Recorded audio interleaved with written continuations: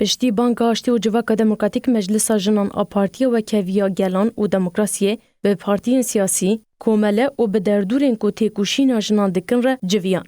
Elbette ki bizler için bir diğer esaslı mesele bu çağrının toplumsallaşmasıdır. Berdevka meclisa jinan Adem Partiya Halide Türkoğlu tekildarî mijarê nirxandin kir.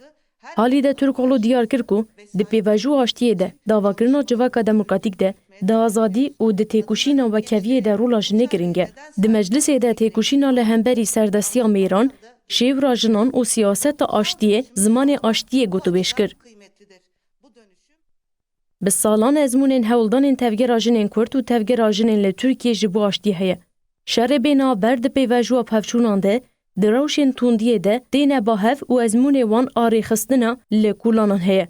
Halide Türkoğlu got, li çarhêlên cîhanê de desthilata mêr weke pergal êrişî jinan dike û li gurî vê yekê divê rêxistina jinan jî ne tenê herêmî be li her derê cîhanê hebe û hebdawî kir. Têkuşîna wekevî û azadiya jinê di heman demê de têkuşîna nasnameyan e. Ji ber vê, pêdiviya jinan bi pergalekê konfederal heye. Em xeta têkuşînê çi qasî mezin bikin, em ê karibin ew qasê jî demokrasiya va bikin. Ji ber vê yekê em dibêjin sed sala 21 sed sala jinan e. Têkuşîna jinan ya hemû cîhanê ye, ya hemû civakan e, gelan, nasnameyan, baweriyan û azadiya kedê ye. Dê jin sed sala 21 rûnesansa rûşilata navîn bihûnin. Niha jina Kurd li rûşilata navîn de rûnesansa jinan ava dike.